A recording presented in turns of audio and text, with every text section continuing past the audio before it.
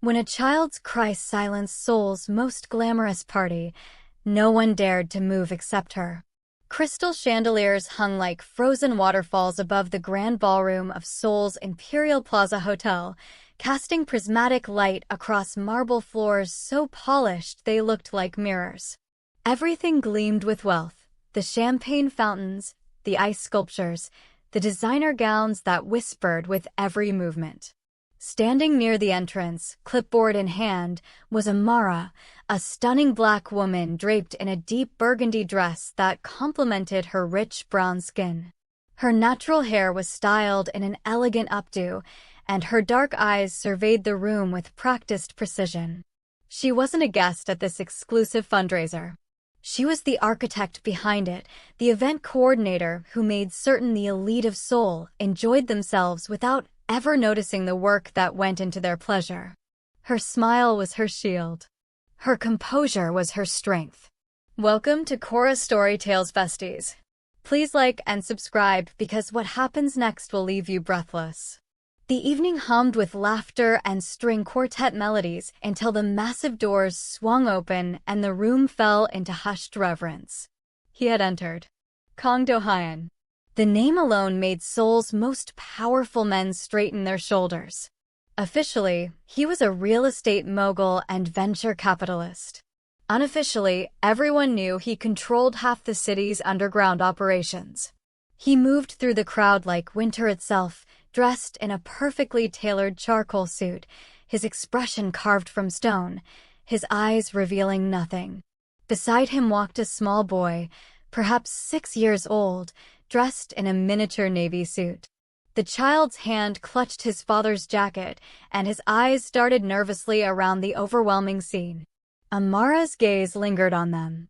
In her years coordinating events, she'd seen countless powerful men with their children, but something about this boy's cautious expression tugged at something deep inside her. He looked isolated, as though he carried burdens no child should know. As the hours passed, Do-hyun sat at the VIP table, surrounded by politicians and business magnates. They discussed deals and influence while the boy, Ji-ho, sat quietly beside him, barely touching his food. Then, cutting through the orchestral music, came a sound that made several guests wince. A small, stifled sob. At first, the nearby guests pretended not to hear. But the crying grew louder, more desperate, more broken. Amara turned sharply. It was Ji-ho. Tears streamed down his face as he tried to speak to his father, but only trembling gasps escaped his lips. His small fork clattered onto the china plate. Do-hyun's jaw tightened, irritation flickering across his features. Ji-ho, compose yourself, he said in a low voice that made the nearby servers step back. But the boy only cried harder, covering his face with his hands. A woman in diamonds leaned toward her companion. Someone should remove the child. This is embarrassing. A man in a tuxedo chuckled quietly. Even the sons of powerful men throw tantrums, I suppose. Amara felt her heart constrict. She looked around the room. Not one person moved to help. Not one. Before logic could stop her, her feet were already carrying her forward. She weaved through the startled guests and approached the table directly. Pardon me, she said, her voice calm but firm. Every eye at the table widened in shock. No one interrupted Kang Do-hyun. Ever. Amara knelt beside Ji-ho, her burgundy dress pooling around her. Hello, sweetheart, she said gently. Can you tell me what's troubling you? The boy looked up at her through his tears, as if she were the first safe person he'd seen all evening. I need the bathroom, he whispered in Korean, then English. The table went silent. Amara smiled warmly, gently wiping his tears with a napkin. That's perfectly all right, darling. Let's take care of that right now. She stood and offered her hand. For a moment, Do-hyun's cold eyes locked onto hers, sharp, questioning, almost dangerous. Your son simply needs a moment of care, she said quietly, meeting his gaze without flinching. He's not misbehaving. He's being a child. The words landed like a quiet revelation. Without waiting for permission, she took Jiho's small hand and led him away from the table. Behind them, whispers erupted like wildfire, shocked, curious, scandalized. When they returned 10 minutes later, the boy was calm. His face had regained its color, and he held Amara's hand tightly, as though afraid to let go. She guided him back to his seat, prepared to slip away unnoticed. But Jiho tugged on her sleeve, smiling shyly. "Appa," he said softly, looking up at his father. "This is Miss Amara. She worked at my preschool last year. She helped me when the older kids were mean to me." Do-hyun went very still. The guests stared at her with newfound curiosity. Amara felt heat rise to her cheeks, but maintained her composure. "You've gotten so much taller, Jiho. And much braver, too," she said, gently ruffling his hair. Jiho's face lit up, and he began humming quietly, a cheerful little melody she used to sing while serving lunch to the children. The tune floated through the air, innocent and pure. The entire table fell silent. Even Do-hyun seemed momentarily lost, watching his son smile and hum, something he hadn't witnessed in what felt like years. Amara looked directly at him and said softly, "Children don't need perfection, Mr. Kang. They simply need someone who listens." It was bold. Perhaps too bold. The guests stared at her as if she'd lost her senses. But Do-hyun didn't lash out, didn't dismiss her. His eyes remained on her with an expression no one had seen before, something between confusion and reluctant respect. When the fundraiser finally ended, Amara tried to leave discreetly through a side exit, but as she stepped onto the street, a black sedan pulled up beside her. The window descended slowly, revealing Do-hyun's austere but striking face. "Get in," he said simply. Amara raised an eyebrow. "Is that a request or a command?" "A request, for now," he replied, the faintest hint of amusement in his voice. Something in his tone, a blend of danger and intrigue, made her pulse quicken. She hesitated, then opened the door and slid inside. The interior smelled of expensive leather and subtle cologne. Jiho sat between them, holding her hand happily, as if she'd always belonged there. "My son hasn't smiled like that in years," Do-hyun said quietly, not looking at her. "What did you do to him?" Amara smiled gently. "I treated him like a person, Mr. Kang. Something I hope you'll consider doing as well." He turned to her slowly, his eyes sharp, his voice slow. "You're courageous. Most people don't speak to me that way." "Perhaps that's the problem," she said, holding his gaze. "You're surrounded by fear instead of honesty." For several seconds, they simply stared at each other, the ruthless man and the fearless woman. Then Jiho yawned, leaning his small head against her shoulder, and something in Do-hyun's carefully guarded heart cracked just a little. The city lights shimmered against the car windows as they drove through Seoul's quiet streets. Jiho had fallen asleep, his head resting peacefully on Amara's shoulder. Each time the car hit a bump, she instinctively tightened her arm around him protectively. Do-hyun sat across from her, silent as a shadow. His penetrating gaze occasionally flicked toward her, studying her as if she were a puzzle he couldn't decipher. Finally, he spoke in that low, measured voice. "My son doesn't sleep in cars. Not with anyone." Amara glanced down at Jiho's peaceful expression and smiled. Then perhaps he simply needed the right person to help him feel secure. He tilted his head slightly. "Are you implying I don't make him feel secure?" She met his eyes directly. "I'm suggesting you make everyone feel intimidated, Mr. Kang, including your own child." Silence. The air grew heavier. The driver pretended to hear nothing. Then, unexpectedly, Do-hyun laughed. A deep, quiet sound that surprised even himself. "You're either incredibly brave or remarkably foolish, Miss Amara." "Perhaps both," she said lightly. "But I prefer to call it honesty." The car stopped before a towering glass building, his penthouse residence. Two security guards bowed deeply as he exited and opened the door for her. "Come inside," he said, his tone more command than invitation. Amara glanced at him, then at the sleeping boy. If this concerns him, I'll stay briefly. Otherwise, I'm going home. He smiled slightly. It concerns both of you. The penthouse was breathtaking. Floor-to-ceiling windows overlooked the glittering city, minimalist furniture in shades of black and white, the subtle scent of sandalwood incense. Yet beneath the elegance, there was an emptiness, a coldness that made it feel more like a museum than a home. Amara carefully laid Jiho on a plush white sofa, covering him with her shawl. The boy stirred slightly, smiled in his sleep, and settled back down. He trusts you, Do-hyun said quietly. He doesn't sleep this peacefully even with his nannies. He doesn't need more nannies, she replied, looking up. He needs you. Do-hyun's jaw tightened. You think I don't try? Trying and being present are different things, she said softly. You give him everything money can buy, but what he truly wants is your attention. He stared at her for a long moment. No anger, just contemplation. You speak as though you understand me. I don't, she said simply. But I recognize loneliness when I see it. That struck something deep within him. His gaze drifted toward the city skyline, his eyes distant. Do you know what people call me, Miss Amara? A monster, she said calmly. He turned sharply, surprised. That's what people call men who frighten them, she continued. But I don't see a monster. I see someone who forgot what warmth feels like. The silence stretched between them. Then a small laugh escaped him. You're dangerous. Do you realize that? Because I speak truthfully? Because you make me want to listen. Amara smiled faintly. That's not dangerous, Mr. Kong.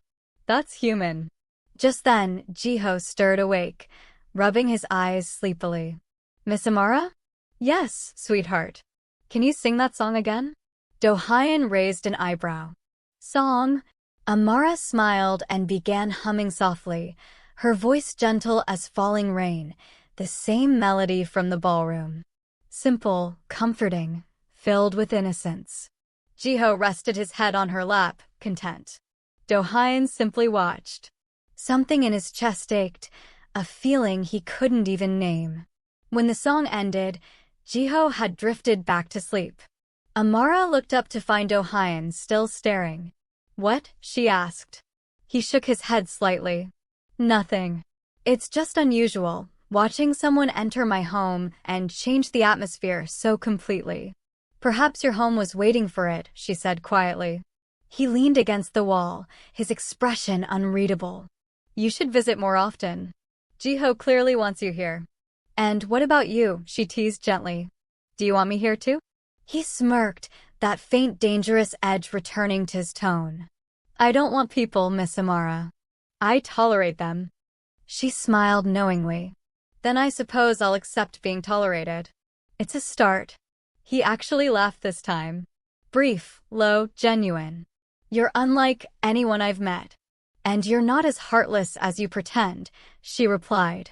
They stood there for a moment, the city lights dancing between them, two different worlds colliding, her warmth against his cold, her heart against his walls. Then Do-hyun said quietly, stay for dinner? Amara hesitated. Dinner? I'm hardly dressed for your fine, he interrupted. Jiho would want you to stay. Her lips curved. So you're using your son to convince me to stay? If it works? Absolutely. She laughed softly. You really are dangerous, Mr. Kong. Later that evening, after a quiet dinner filled with gentle teasing and the kind of silence that didn't feel uncomfortable, he walked her to the elevator. You're not what I anticipated, he admitted. Neither are you, she said. You're softer than your reputation suggests. Don't say that too loudly, he said with a faint smile. I have an image to maintain. Then allow me to ruin it gradually, she whispered with a playful wink. The elevator doors closed, leaving him standing alone, watching her disappear. For the first time in years, the great Kang Do-hyun, the man who ruled through fear, found himself smiling at an empty hallway, wondering what it was about this woman that made his son laugh, made his chest tighten, and made his heart remember it could still feel. And far below, as the elevator descended, Amara leaned against the wall, touching her lips where his gaze had lingered, whispering to herself, "You don't frighten me, Do-hyun. You just intrigue me." The morning after their dinner felt strange to Amara. She'd woken before sunrise, her apartment still dim, the city murmuring beyond her windows. But instead of her usual calm, her mind replayed every glance, every quiet word from Do-hyun the previous night. The soft laughter that escaped him when he thought she wasn't looking.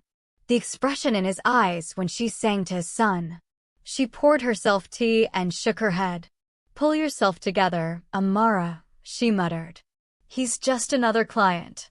A very dangerous one." But her heart refused to cooperate. At that same hour across the city, Jiho sat at the breakfast table, swinging his legs excitedly. "Appa, can Miss Amara visit today?" Do-hyun hid behind his newspaper. "She's busy." "You didn't even ask her," the boy said, pouting. "She promised to teach me that song again." Do-hyun sighed. He had meetings scheduled, rival factions testing his boundaries, yet his son's small voice cut through all that chaos. Without overthinking it, he sent her a text. "I need your assistance with another event. Noon. My place. I thought you don't do surprises.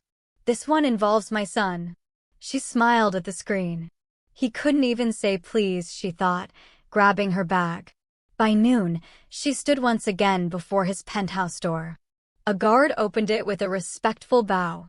Word had spread quickly that the boss favored this woman. Inside, Jiho ran toward her immediately. "Miss Amara." He hugged her knees tightly. The warmth of it dissolved any lingering awkwardness. "I missed you too, darling," she said, ruffling his hair affectionately. "Have you been good?" "Mostly," he giggled. From across the room, Do-hyun watched them with his usual stillness, though his eyes softened when he saw his son laugh. "You're early," he said, approaching. "You said noon." "I'm punctual," she replied. "That's uncommon in my world." "Then perhaps your world needs more people like me." He smirked faintly. It would collapse from honesty. She spent the next several hours helping him organize a charity gala, his cover for business transactions, but the atmosphere felt lighter than before. Amara moved through the living room offering quiet suggestions, her laughter mixing with Jiho's excited chatter. Do-hyun sat on the edge of his desk, pretending to review documents, though his eyes kept drifting toward her. She looked so natural there, as if she belonged. One of his men, Miho, entered carrying boxes of decorations. "Miss Amara, where should I place these?" She smiled warmly. "Right there, near the window, please." Miho nodded, grinning back a moment too long. Amara didn't notice, but Do-hyun's jaw tightened. "Miho," he said coolly. "You're paid to work, not flirt." The younger man nearly dropped the box. "My apologies, boss." Amara turned, confused. He was simply being helpful. He was smiling, Do-hyun replied flatly. "Too much." She crossed her arms. "You should be pleased your employees have manners. It's rare these days." He looked away, hiding the flicker of jealousy. "I don't pay them for manners." Amara chuckled. "Of course not. You pay them to look intimidating and never smile." "I nearly forgot." That earned her a small laugh. Quick, unguarded. "You genuinely don't fear me, do you?" "Not when you're being human," she said. "And right now, you're very human." His amusement faded into quiet contemplation. "I forgot what that feels like." Later, as afternoon sunlight poured gold across the marble floors, Amara and Jiho sat at the piano. She pressed a few soft keys. "All right, little man. Follow my lead." Her voice floated through the penthouse, sweet and steady. Jiho's laughter filled every corner. Do-hyun leaned against the doorway, arms folded, watching. It was such a simple moment, yet it reached into something he'd buried long ago. He thought of his late wife. A marriage arranged for business, not love. She'd left him emotionally scarred. And since then, he'd locked away every feeling, replacing warmth with control. But now, with this woman's voice in his home, something fractured. When the song ended, Jiho clapped enthusiastically. "Appa, did you hear? I can play now." Do-hyun nodded slowly. "You're improving. Miss Amara says practice makes perfect." "She's correct," he said, glancing at her. "She usually is." Amara smiled, surprised by the compliment. "Did the great Kang Do-hyun just agree with me?" "Perhaps once," he murmured, turning away. That evening, as she prepared to leave, Jiho refused to release her hand. "Stay for dinner again," he begged. Amara crouched beside him. "Another time, all right? You need to rest early tonight." "Promise?" "Promise." He finally let go. At the elevator, Do-hyun walked her out. "He'll cry himself to sleep if you break that promise." "Then I won't break it." They stood in silence for a moment. The city lights shimmered beyond the glass, and she could see his reflection beside hers. "You're different, Miss Amara," he said quietly. "People approach me for money or fear. You came because a child was crying." "Perhaps I just have a weakness for lost souls," she said softly. "You shouldn't. It's dangerous." "So are you." Their eyes met. The air between them thickened with unspoken words, unacknowledged feelings. Then his phone buzzed harshly. The moment shattered. His expression changed instantly. Hard, serious. He answered in Korean, his voice sharp. "Handle it. No mistakes." He ended the call, noticing her watching him. "Business. The kind that ends with someone getting hurt," she asked quietly. He didn't answer. Instead, he stepped closer, lowering his voice. "You shouldn't ask questions about things that could endanger you." She met his gaze without flinching. "Then keep me safe." He stared at her, surprised by her boldness, by the quiet trust in her tone. For once, he didn't know what to say. The elevator chimed softly. "Good night, Do-hyun," she whispered, stepping inside. "Good night, Miss Amara," he said, his voice barely audible. The doors closed, leaving him standing alone with his thoughts. That night, Do-hyun stood by the window, looking out over Seoul. Down below, his men moved like shadows, extensions of his empire. But all he could think about was the sound of a woman's laughter echoing through his home, and the way his son had smiled. He'd built walls of steel around his heart. Yet somehow, she'd walked through them with nothing but kindness. He exhaled slowly. Amara. The name lingered on his tongue like something forbidden yet beautiful. Somewhere in the quiet city, she was probably humming that same tune, unaware that she had awakened a part of him the world believed no longer existed, the part that wanted to feel again. The next morning dawned gray over Seoul, the kind of cold that made the city feel distant and isolated. Amara stood by her apartment window, sipping tea as soft rain tapped against the glass. The city below was already alive with horns, footsteps, and hurried umbrellas, but her thoughts were elsewhere. She kept replaying Do-hyun's eyes from the previous night. There was a strange sadness there, hidden beneath strength. The man was ruthless, certainly, but she'd glimpsed the flicker of humanity he tried so desperately to bury. She'd promised Jiho she'd visit again, but part of her hesitated. Getting close to Do-hyun's world felt dangerous. Still, the boy's innocent laughter had already bound her heart to him. Her phone buzzed. Unknown number. "Stay away from Kang Do-hyun if you value your life." Her hands froze. No name, no details, just the chilling warning glowing on her screen. She stared at it for a long moment, her chest tightening. Then, with a slow breath, she deleted it. "Not today," she whispered to herself. "Fear won't win today." Meanwhile, in the penthouse, Do-hyun was not his usual composed self. He'd been pacing for 30 minutes, trying to focus on a conference call from Busan. But his mind wandered every time he remembered Amara's gentle defiance at the elevator. Something had shifted inside him. An emotion he couldn't name. Seo-jun, his trusted right hand, entered quietly. "Boss, we have a situation." "Speak." "Someone leaked photographs from that fundraiser." You and Miss Amara are in several of them. Do-hyun's face darkened instantly. Who posted them? A rival group. They're using it to question your focus. They believe she's your weakness. The air thickened. Do-hyun's voice dropped dangerously low. Then they'll discover what happens when someone targets what's mine. Seo-jun hesitated. Should I arrange protection for her? For a moment, Do-hyun didn't respond. His own words echoed in his head. What's mine? He wasn't supposed to claim anyone. Not in this life. But the thought of someone harming her made his blood boil. Yes, he said finally, quietly. She mustn't know. That afternoon, Amara received a call from Do-hyun's assistant, requesting her presence for an urgent event review. She hesitated, the warning text flashing in her mind. But then she remembered Jiho's small face. All right, tell him I'm on my way.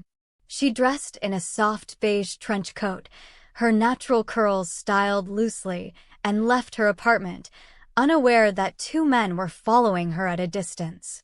Do-hyun's own bodyguards keeping watch. When she arrived at the penthouse, the atmosphere was strangely tense. Jiho wasn't there. The guards at the door looked more alert than usual. Do-hyun stood by the window, phone pressed to his ear. He ended the call abruptly and turned toward her. You came. You asked. You shouldn't have, she frowned. What do you mean? He walked closer, his tone clipped. This isn't a good time. You should distance yourself from me for a while. Her brows knitted together. I don't understand. Did I do something wrong? No, you did something right, and that's the problem. She crossed her arms. If this is about your pride again, Do-hyun, Amara, he said sharply, the edge in his voice cutting through her words. Then he lowered it, almost whispering. They know about you. Silence. She blinked. Who? People who want to hurt me. The ones who never miss an opportunity. And you believe they'll hurt me to reach you. I don't believe. I know.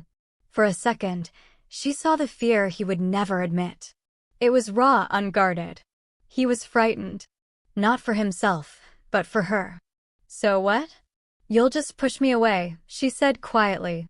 If it keeps you safe, yes. Amara shook her head slowly. You can't live your entire life protecting people by disappearing from them. That's not strength, Do-hyun. That's loneliness disguised as armor. He stared at her, stunned by her words.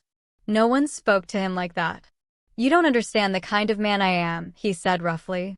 Then teach me, she replied, eyes steady. Because all I see is a father trying to improve and a man terrified of feeling something genuine. Something inside him cracked again. He took a step forward, then another, until he was inches from her. You shouldn't say things like that to men like me, he murmured. Perhaps men like you need to hear them most. The room went still. The city lights outside blurred into gold. For the first time in years, Do-hyun didn't hide behind control. He lifted his hand slightly, almost touched her cheek, but stopped himself. If anything happens to you, it won't, she said softly. I trust you. Trust doesn't influence the universe. That night, as she drove home, her car took a wrong turn near the bridge. Two black SUVs blocked her path. Her heart pounded. She reached for her phone, but before she could dial, a masked man shattered the driver's window. Get her out, she screamed as they dragged her from the car. Rain poured down, soaking her clothes as they pulled her toward a van. But before they could force her inside, gunfire erupted from the shadows. Bang! Bang! The attackers scattered in panic. One fell, another cried out. From the darkness, Do-hyun's men appeared like phantoms. And behind them, Do-hyun himself, drenched, furious, radiating rage. He stormed forward, pulling Amara into his arms, shielding her with his body. Are you hurt? She shook her head, trembling. I didn't know I told you, he said harshly. They'd come for you. You could have told me the truth, she shouted, tears mixing with rain. I deserved that. If I'd told you, you'd still have come, he said. You're right, she whispered. Because you and Jiho, you're worth it. For a heartbeat, time stopped. The rain softened. Her trembling hand touched his cheek. He didn't think. He just kissed her. Hard, desperate. The kind of kiss that happens when fear transforms into relief. When he finally pulled away, his voice was raw. "You're under my protection now, Amara. No more distance. No more pretending." She blinked, stunned. "What does that even mean?" "It means," he said, brushing a wet strand of hair from her face, "you're staying with me." Hours later, in his penthouse, she sat wrapped in a towel, his oversized shirt draped over her shoulders. Jiho was asleep upstairs, unaware of the chaos. Do-hyun stood near the fireplace, his jaw tight. "I dealt with the ones who touched you. But this isn't finished."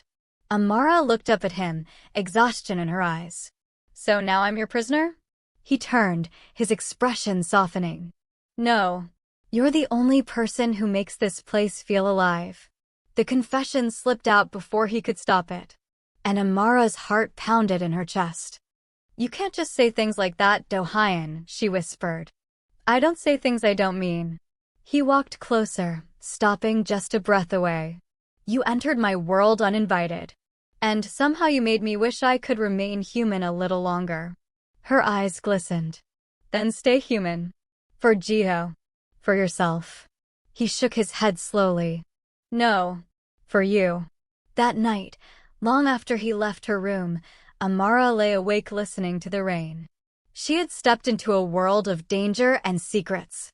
But somehow, she felt safer in his arms than anywhere else. And somewhere beyond the storm, she knew this wasn't the end. It was only the beginning of something neither of them were prepared to name. Morning light spilled through the glass walls of Do-hyun's penthouse, painting the marble floors in gold. The storm from the previous night had passed, but its echoes lingered in puddles on the balcony, in the heavy silence that filled the air, and in the bruised memory of Amara's trembling hands. She woke slowly, wrapped in warmth that wasn't hers, a soft cashmere blanket, the scent of sandalwood, the quiet hum of a city that never truly slept. For a moment, she forgot where she was, until the sound of a small voice reached her. "Miss Amara, are you awake?" Jiho stood by the door, holding a tray with breakfast. His tiny hands trembled slightly as he balanced the plate. Amara smiled softly. "Oh, sweetheart, you made this?" "Appa helped," he said proudly. "But I poured the juice myself." She chuckled, sitting up. "That's the most important part." Behind him, Do-hyun leaned against the doorframe. No suit today, just a plain black shirt and dark slacks. Still powerful, but somehow gentler. "You should rest more," he said quietly. "And miss your son's 5-star breakfast service?" "Never." Jiho giggled. Do-hyun tried to hide a smile. It was the first morning in years that didn't begin with silence. Later, when Jiho went off with his tutor, Amara wandered around the penthouse, taking it all in properly for the first time. Everything was perfect. Too perfect. The furniture gleamed, the art was expensive, yet it felt cold. It wasn't a home. It was a fortress. She found herself standing by the grand piano, fingers hovering over the keys. She pressed one softly. The note lingered like a memory. "Beautiful," she said. She turned. Do-hyun had appeared behind her, hands in pockets. "Yes. Music calms me," she said. "It used to calm my son," he said, walking closer. "Until his mother died." Amara froze. He had never spoken of her before. "I'm sorry," she whispered. "Don't be," he said. "She wasn't what you'd call kind. Our marriage was an arrangement, but Jiho loved her. Losing her changed him." He paused, looking at the piano. "I stopped the music after that. It hurt too much." Amara's heart ached. "Perhaps it's time you let the music heal instead." He met her eyes, sharp, unreadable.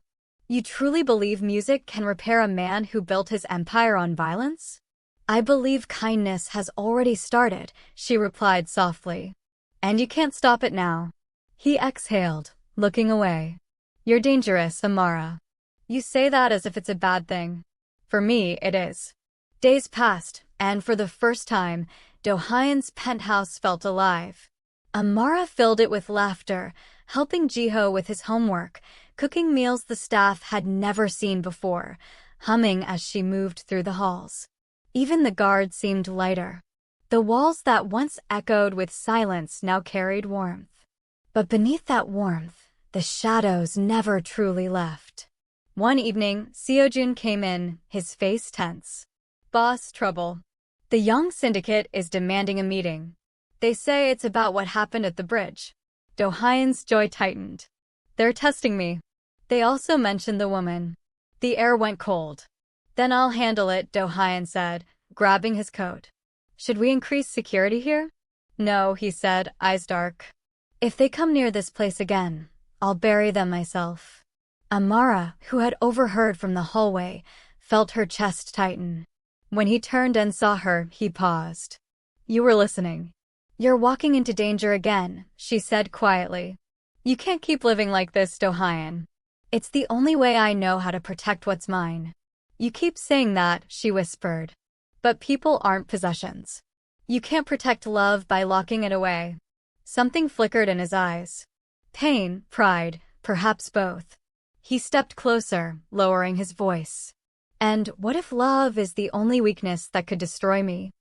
"Then perhaps," she said, looking up at him, "it's worth being destroyed for once." The silence that followed was electric. He wanted to kiss her again, but the sound of his phone broke the moment. "I have to go." "Then promise me you'll return," she said. "I always return," he replied. "But this time, I have a reason to hurry." Night fell heavy over Seoul. Amara sat by the window with Jiho, who refused to sleep until his father came home. She told him stories, African tales of bravery, kindness, and hope. "Miss Amara," he whispered sleepily. "Do you love my appa?" The question froze her. She smiled faintly. "Why do you ask that?" "Because you make him smile. He never smiled before you came." Her throat tightened. She brushed his hair gently. "Go to sleep, little one." But when he finally drifted off, she whispered to the dark window, "Perhaps I do." Across the city, Do-hyun sat at a dimly lit table in an underground bar, meeting the leaders of the Yang Syndicate. "Your enemies say you've gone soft," Kong, one of them, sneered. "All because of a woman." Do-hyun's expression didn't change. "Careful. She's your weakness. Everyone knows it now. We could take her any time." Before the man could blink, Do-hyun had drawn his gun and fired, clean, controlled, straight through the man's shoulder. "You can test my patience," Do-hyun said coldly. "But not my heart." The others froze. They knew what that meant. The meeting ended in silence. But as Do-hyun walked out, Seojun rushed to him. "Boss, the penthouse. Someone tried to break in." Do-hyun didn't wait for another word. He grabbed the car keys, his heart slamming in his chest. By the time he arrived, police lights flashed outside. His guards had handled most of it, but one man had slipped inside. He found Amara in the hallway, clutching Jiho tightly. Her face was pale, but her eyes were steady. When she saw him, relief flooded her features. "You're safe," she breathed. He rushed to her side, pulling her and Jiho into his arms. "You both are, too." Jiho started crying quietly. "Appa, I was scared." "I know," Do-hyun said, holding him tighter. "It's over now." Amara looked up at him. "They came for us. And they'll regret it," he growled. But she shook her head. "Revenge won't fix this." "What about Jiho? What about you?" "I can't stop, Amara. This is who I am." She took his hand, pressing it to his chest. "No, this is who you were. The man I see now, the one who rushes home to protect his family, that's different." The word family lingered in the air like a prayer. He looked at her, something breaking open inside him. "You really believe I can change?" "You already have," she whispered. "You just haven't noticed." He stared at her for a long moment. Then slowly, he leaned in. This time, his kiss was gentle, uncertain, real. When he pulled back, his voice was barely a whisper. You make me want to stop fighting. Then stop, she said. Stay. Live. Love. Hours later, the penthouse was quiet again. Jiho slept peacefully between them on the large sofa.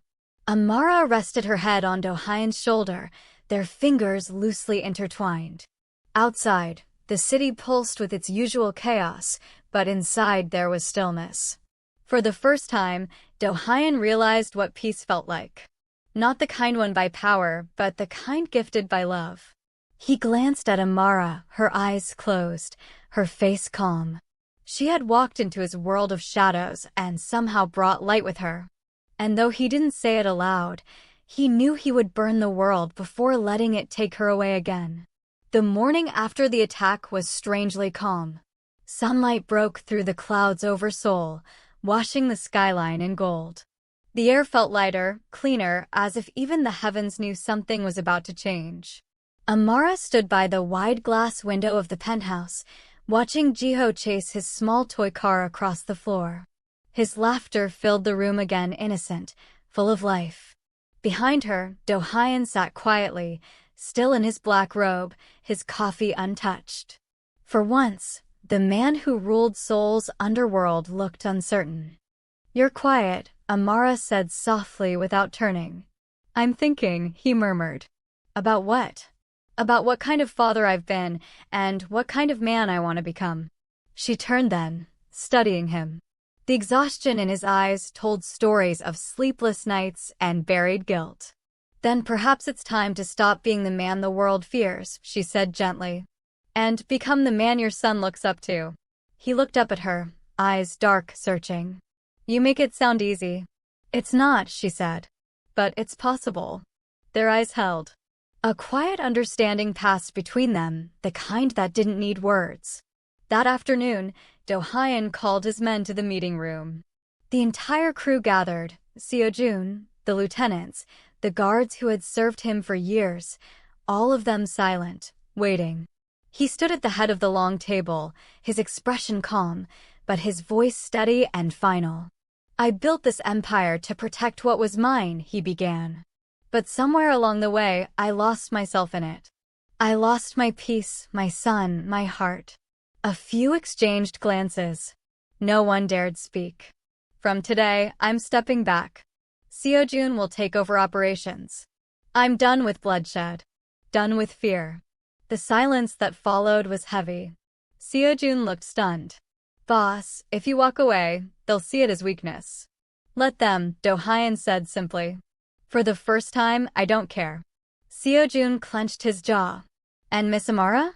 You'd risk her safety. Do-hyun's voice softened. She's the reason I'm doing this. I can't protect her if I'm still living like a man at war. He turned and walked away, leaving the room in stunned silence. That was the day Seoul's coldest power broker laid down his crown. When Amara found him later, he was sitting by the piano with Jiho on his lap, showing him a few notes. The sight made her heart swell. You really did it, she whispered. I told you I always return, he said quietly. What happens now? Now, he said, glancing at her with a faint smile. We learn how to live. Amara walked closer and sat beside them. Jiho giggled as she joined in, pressing a few keys that clashed terribly. That's not music, Do-hyun teased. It's called creativity, she said, laughing. Then my ears need protection. Jiho laughed harder. Appa, you're smiling again. Because someone's ruining my piano, he said with mock seriousness. Amara looked at him playfully. Then maybe your piano needed some love. He paused, watching her laugh, her eyes bright, her presence glowing. For a moment, he forgot the past, the enemies, the guns. He only saw her, the woman who had walked into his darkness and somehow turned it into light. But peace never comes without one last test. That night, as they sat down for dinner, Seo-jun arrived, face grim, breathing hard. Boss, there's trouble. The Yang Syndicate didn't accept your resignation well. They're moving toward your territory. They think you've gone soft. Do-hyun's eyes darkened. How many? Too many. Amara stood up, heart pounding. You said it was over. It was, he said, rising slowly. But they want a message. I'll give them one. No, she said firmly, grabbing his arm. You promised. You can't go back now. If I don't, they'll come here again. I can't allow that. Tears welled in her eyes. Then let me come with you. He froze. Absolutely not. You're not alone in this anymore, she said. If we're building a new life, we face the storm together. Her voice trembled, but her gaze never broke. Something inside him softened. He brushed her cheek with his thumb. You're the bravest woman I've ever met. I learned from the coldest man I've ever met, she whispered. He almost smiled. Then stay close to Jiho. I'll end this quickly. Promise me you'll come back, she said again, her voice breaking. He looked at her one last time. I promise. The city roared that night. Gunfire, tires screeching. Seoul's streets became battlegrounds once again. But this time, Do-hyun wasn't fighting for power. He was fighting for peace. He met the syndicate's men under the old bridge, the same place Amara had almost died. You wanted the king, he said coldly. Now you have him. The confrontation was swift, brutal, and merciless. By dawn, it was over. Do-hyun stood, bleeding from his arm, but alive, his enemies scattered.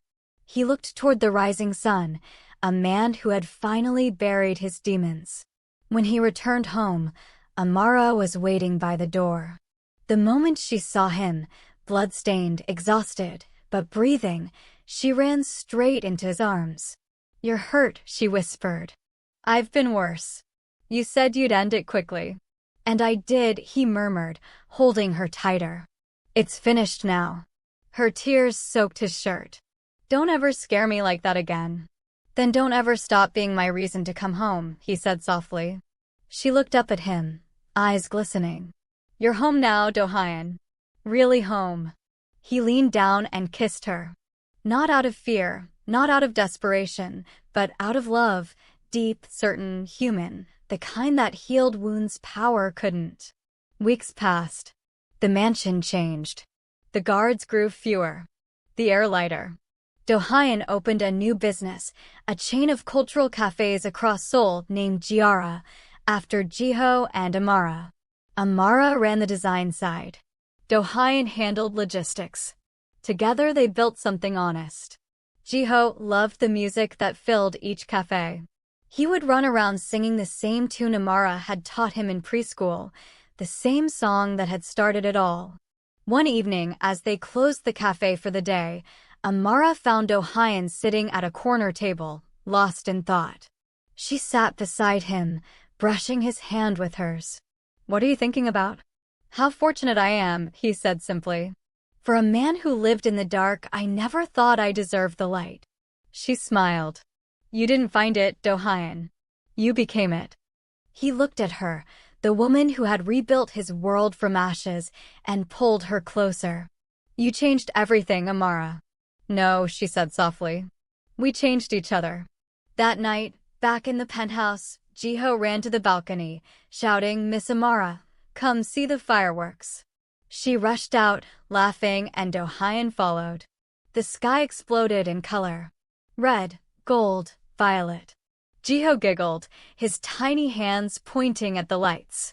Amara leaned against Do-hyun, whispering, You see? Even the sky celebrates peace. He wrapped an arm around her waist. No, Amara. It's celebrating you. She looked up at him, heart swelling. Us, Do-hyun. Always us. And as the final burst of fireworks painted the Seoul night, he bent down and kissed her again. Slow, deep, full of promises. For once, there were no guns, no enemies, no fear. Just a man, a woman, and a child bound not by blood, but by love. The ruthless kingpin had learned to feel. And the woman who taught him how to love finally found her home. Hello, beautiful souls. In this touching story, we discover that kindness transforms hearts. Love creates families. Courage births new beginnings. Thank you so much for watching, and remember to like, subscribe, and hit that notification bell for more heartwarming stories. Leave a comment below telling us what touched your heart most about Do-hyun and Amara's journey. Until next time, keep believing in the power of love.